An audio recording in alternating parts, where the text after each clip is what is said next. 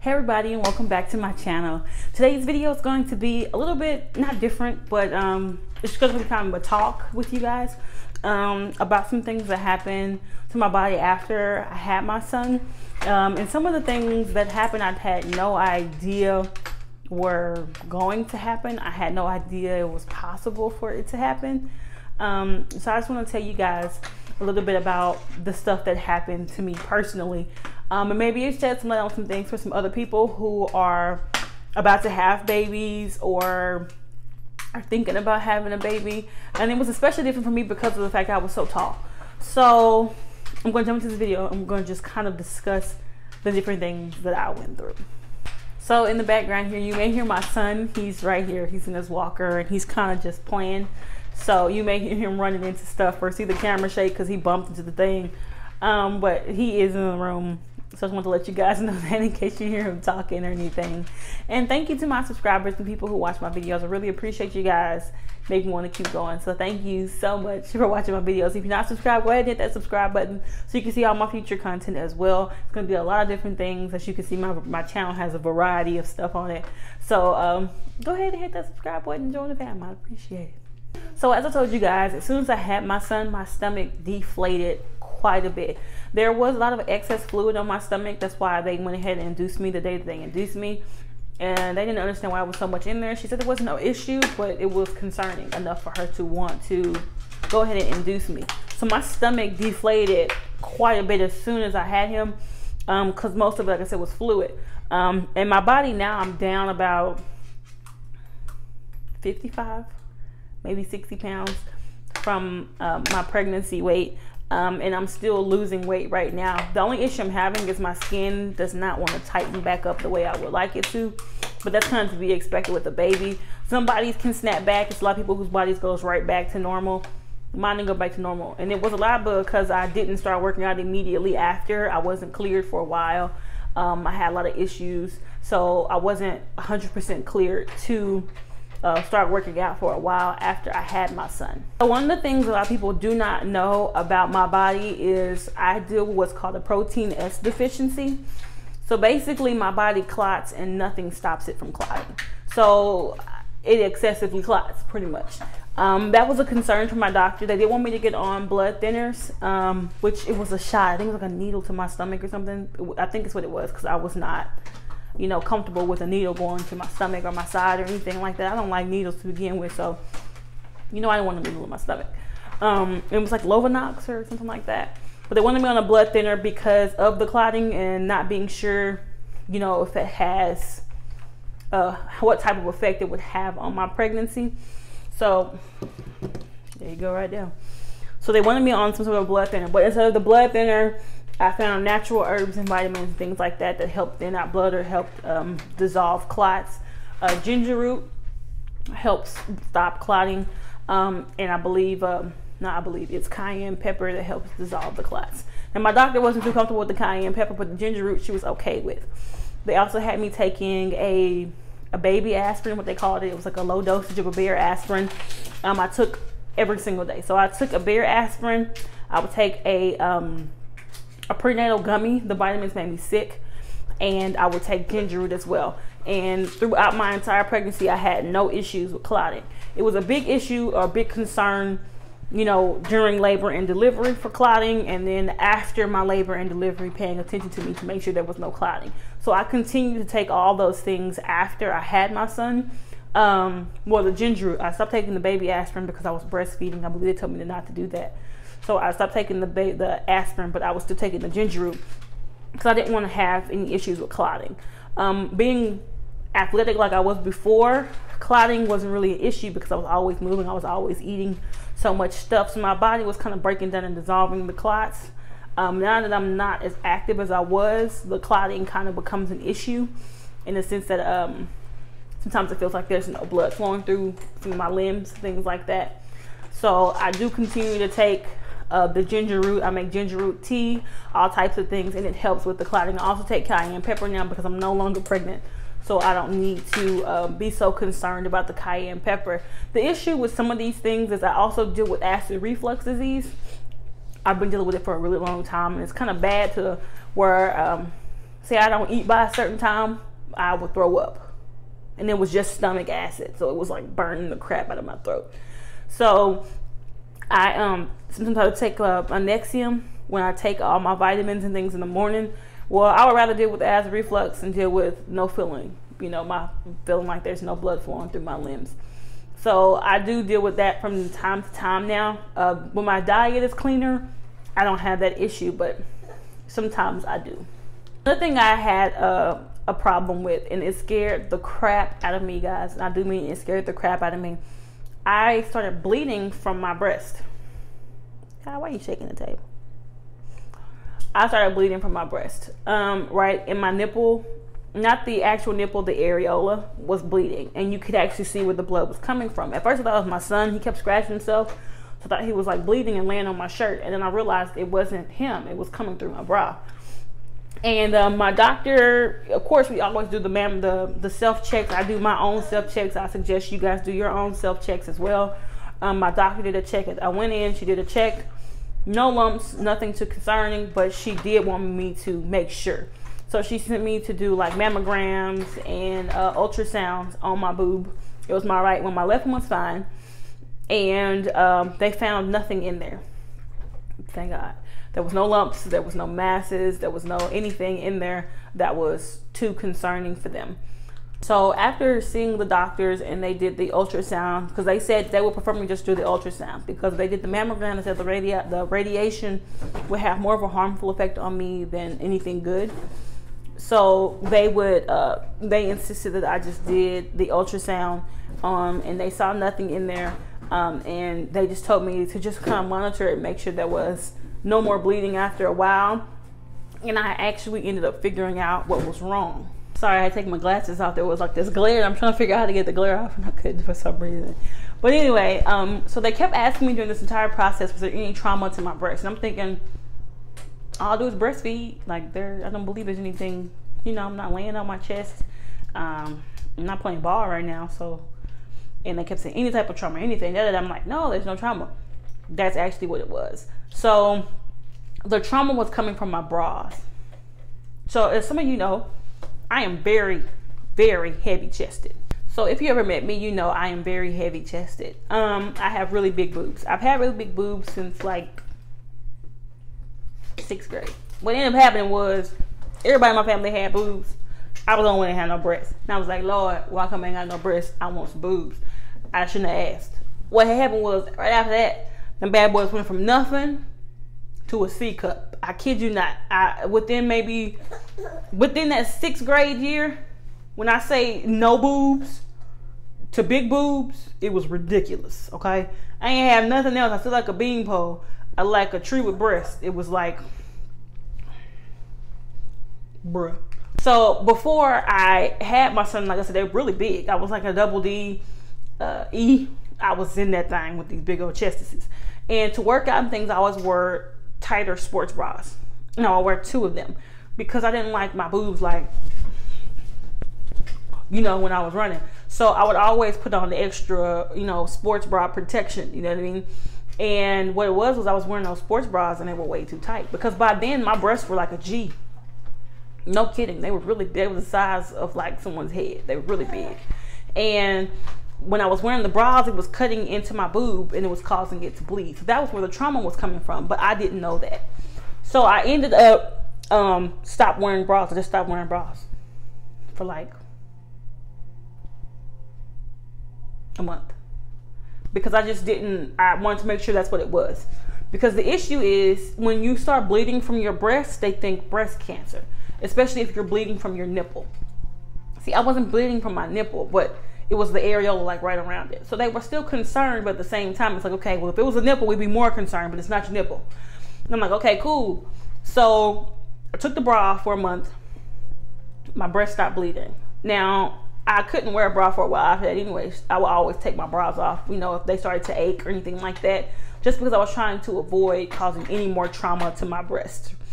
So my mom, shout out to my mom, because she always come through clutch.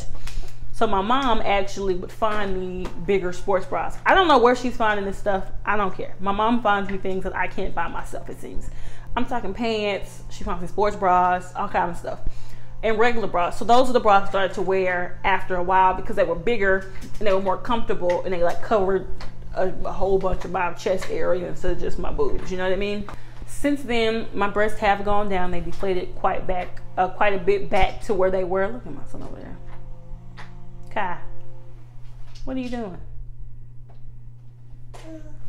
They deflated a bit and they're going back down to their regular size, so I can wear my bras again, which is great because I do not want to have to go back out and shop for all new bras. I mean, they're still pretty big, but they're a little bit bigger than what they were, but I can wear my bras, which is great. So that was one thing that really kind of threw me off because I didn't know it was possible for you to even bleed from your boob without it being something really serious.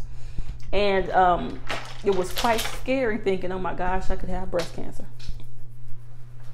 And another issue was they couldn't see anything on the mammogram because right after you get your breastfeeding, the tissue in there, I think they said, was really dense, so they can't see through it.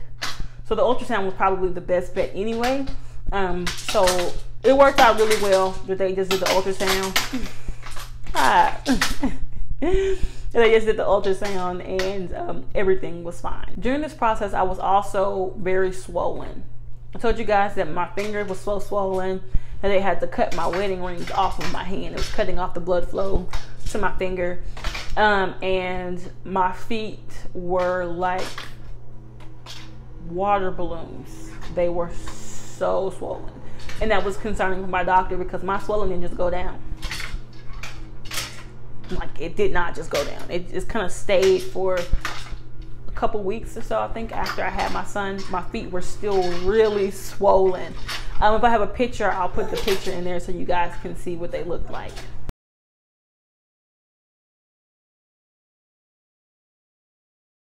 Okay, I had to go put my little man down. He started getting a little bit cranky because it was nap time. So anywho, I was really swollen, as I was saying before, and they kept saying, get off your feet, get off your feet. I was getting off of my feet, but my feet were not going down. And at the same time, it's difficult to get off your feet when you just had a baby because you're moving around, you're making bottles, you're changing diapers, you're trying to make sure you eat. And I got kind of busy sometimes and I would forget to sit down. But my feet looked so bad, guys. They were so big. My ankles were huge. And she was worried about that because of the clotting still. She didn't know if it was something with fluid or if it was clotting that was causing some of the swelling. So my doctor was really, really big on me getting off of my feet. Another issue I had was I had no appetite. I was not hungry. And that's still kind of carrying over to now. I guess, I don't know, when I was pregnant, I ate a lot. There was a period in my pregnancy where I wasn't hungry, but after a while I started to eat quite a bit. And I didn't want to eat that much. I hated eating so much. And everything I craved was just greasy and cheesy. And my husband, he didn't care. You know, he's like, you eat. I don't care what you crave, eat, you know. And I'm like, I get I'm feeding, you know, another person. But he was like, I want you to eat whatever you want to eat. Like, just eat. So I ate a lot during my pregnancy. But after my pregnancy, I don't really much eat. And even now people say, they call it, people have a term for it, like intermittent fasting. I'm not doing it on purpose, but I usually don't eat till afternoon. Sometimes it's after 2. Most of the time it's after 2 in the afternoon when I finally eat something that day. I usually just drink a lot of water.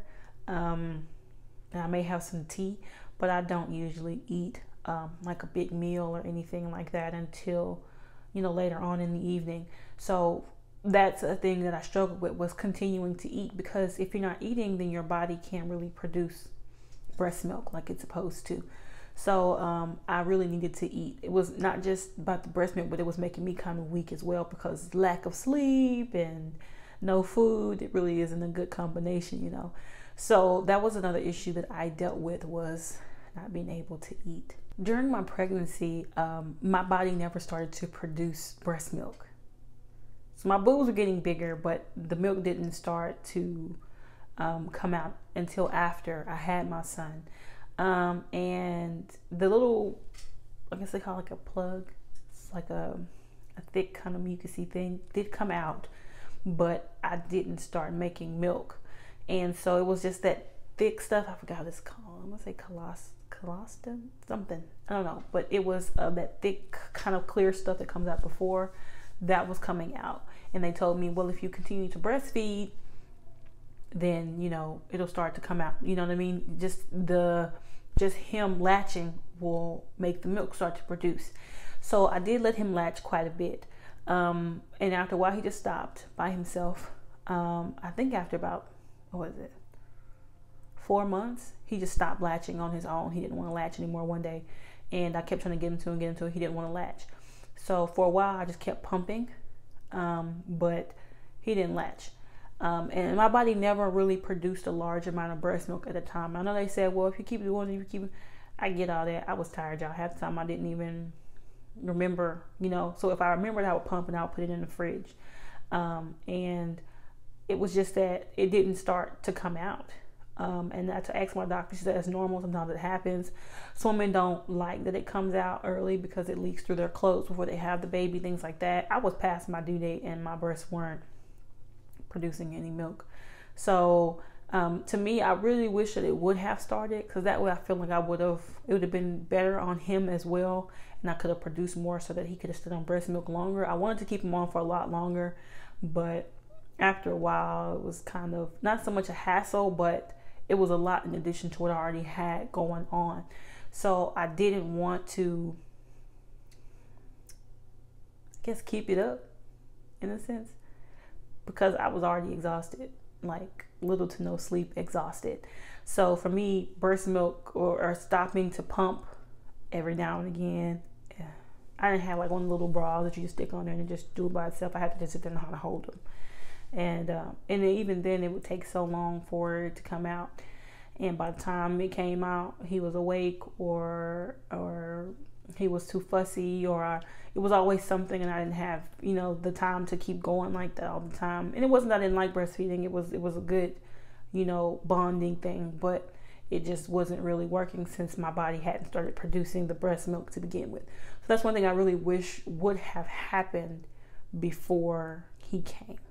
Another thing is, during my pregnancy, I did not sleep very well. And I remember being up all night, and I needed to get some rest. So they did put me on Unisom. Unisom also helps with nausea. It has the nausea medicine in it some kind of way.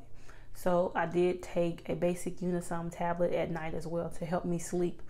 And I continued to take those after as well, because I took them for maybe like the first week, and then I stopped because, you know, my husband was there for 2 weeks after my son was born. My mom was there for a week.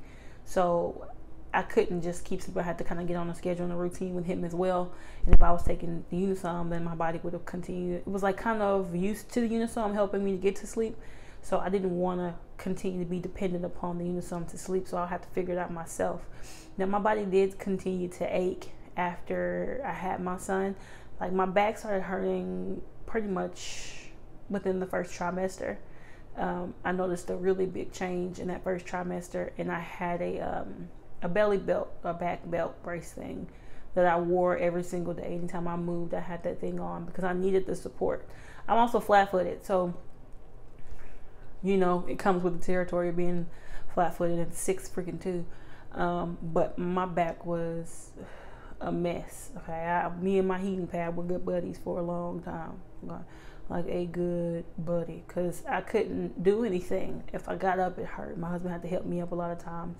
So that was something that I had to deal with that I didn't know about. You know, people talk about them, but you don't actually see anybody. I've never seen anybody wear a belt for their back while they were pregnant. Everybody that I know were rather small. I'm one of the biggest people in my family, women-wise. And I have a cousin that's about my height, but I've never seen her in the back brace thing for the baby either. So I did have that support. I had to wear it all the time. No matter what I was doing, even if I was just kind of moving around the house, I had to put that thing on.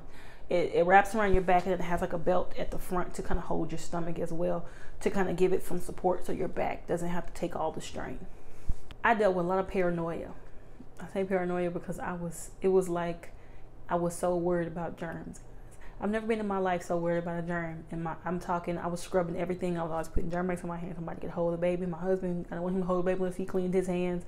And I got to the point where it was like really bad. I was always like cleaning something, and always washing my hands. And I washed my hands so much they was bleeding.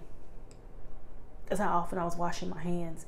And I think some people go through this, nobody says anything, you know what I mean? And so know that it's something that can happen, but don't be as paranoid, because everything won't hurt your baby, you know. And I finally got to this point where it's like, okay, everything won't kill my son. It's okay, Jazz. He's not gonna die from a piece of hair, you know. I don't know. Everything was just kind of freaking me out. So I was always scrubbing. I was always cleaning out bottles over and over again. I was wiping down stuff with sanitary wipes. I was using hand sanitizer all the time. I was always washing my hands. Even if I use hand sanitizer, I would go behind myself and wash my hands again. I don't know why I was so paranoid about everything, but I guess it's the first baby thing. And after you get past the first baby, you realize that everything isn't going to hurt the baby, you know? So I got over that. I still use the sanitary wipes everywhere. I do wipe everything down with disinfectant wipes still, because my son's now at the age where he put his mouth on everything. But besides that, he's fine. I now know he's fine. And so I'm over that. I'm pretty good on that now. And the last thing I dealt with, I don't believe anybody, I don't see a lot of people talking about. I know that it's a thing, but I've never run across people that dealt with it. It's postpartum depression. And it was bad. Like, I don't know. I was so down all the time. The only time I was up was taking care of my baby. That was about it. And even it was frustrating to the point where you just want to cry sometimes. You just in this moment, and it's just like, what do I do? I don't know what to do. What do I do? And it was so frustrating trying to figure things out sometimes. And, you know, it gets better. I didn't tell anybody. My husband knew, but I didn't want to talk to anybody else about it, because I had dealt with it before in the past. Just regular depression. And you know, postpartum it can take you to a dark spot, dude. I'm telling you. And it took me a while to get out of it, but it's not something you want to stay in. It's not a space you want to stay in, you know. And I was kind of in this mundane routine type of thing, where I just do the same thing all the time. And I really think it helps just to get out of the same space. You know, go outside, go for a walk, go to the store for no reason. You know what I mean? Go meet people, go to the park, go meet family, go bowling, go do something. You know what I'm saying? But just don't let yourself stay in the same space all the time, because that will only make it worse. It's staying in that same space, you know? And don't allow yourself to think that you're failing as a parent, as a mother. You are not failing. You're probably doing, I'm not gonna say probably, you're doing an amazing job. It's just hard. Being a mother is hard. So don't let yourself get dragged into that dark hole, okay? And always give yourself pep talks. I give myself pep talks just about every day. You got this. You got this. Moving forward. You keep your head up. Keep pushing. You got this. You superwoman. Remember that. Superwoman.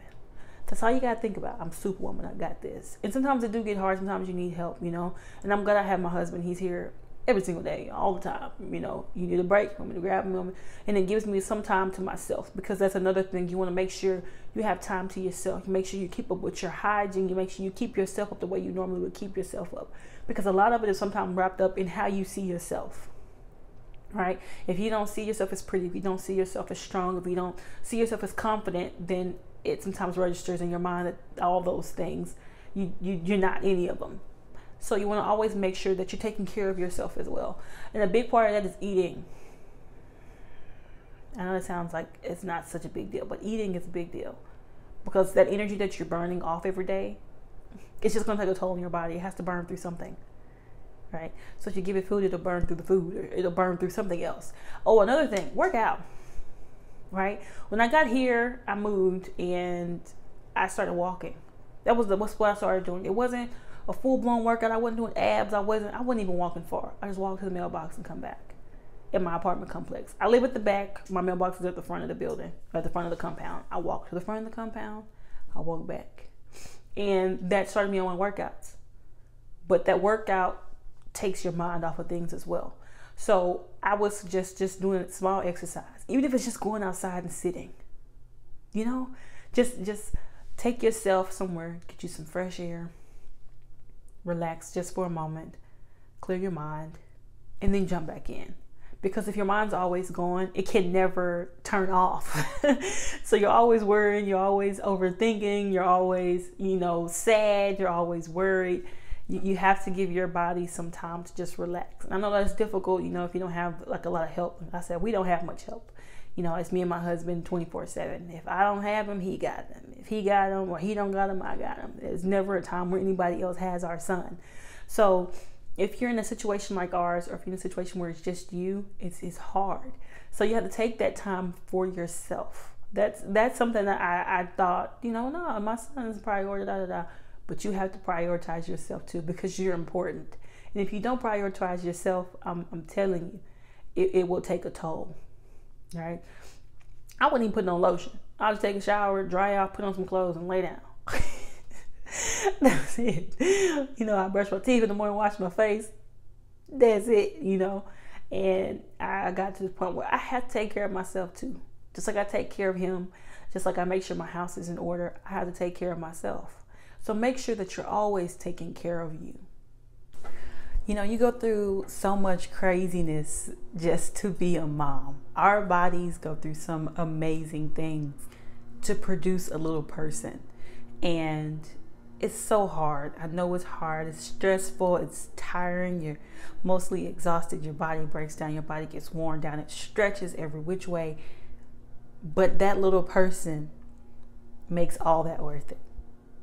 And, people see these videos, and I'm just being honest about the things that I've gone through and the things that I wasn't aware of coming into being a mother.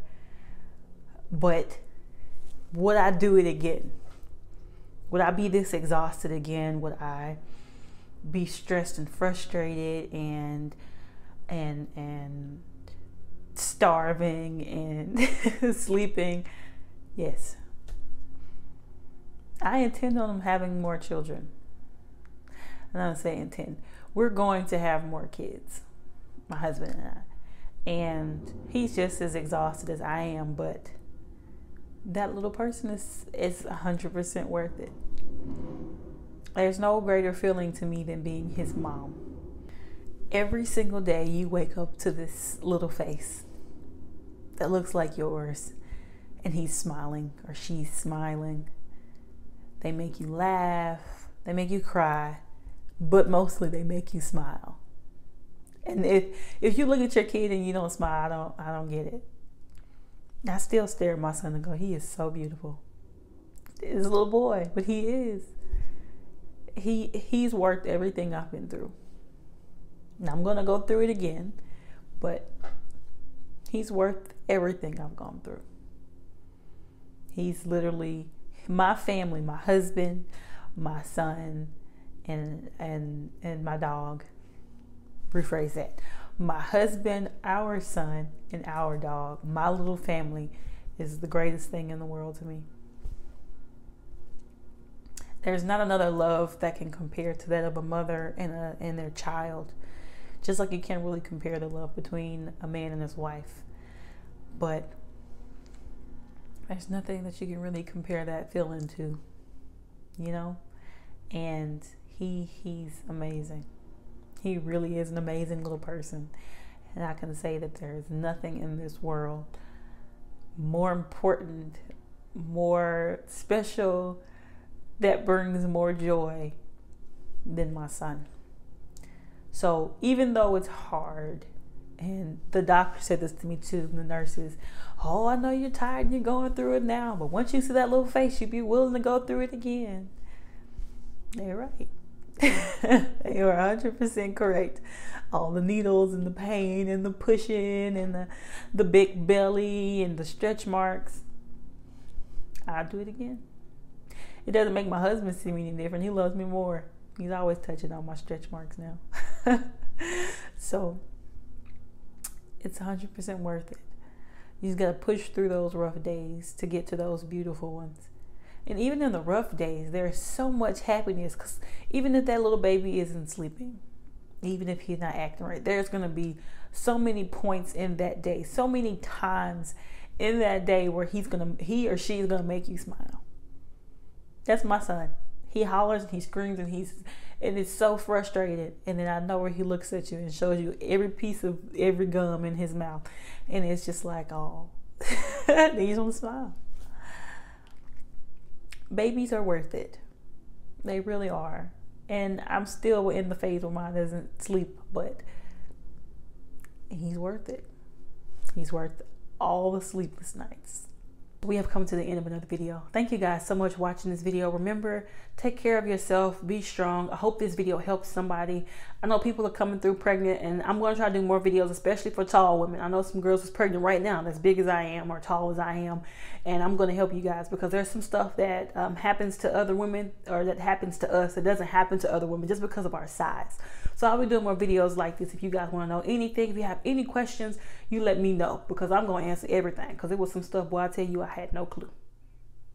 No clue at all. Thank you guys for watching this video. I really appreciate you guys. My subscribers, you guys are the best. If you're not subscribed, go ahead and hit that button down there below. Join the family. I would appreciate it so much.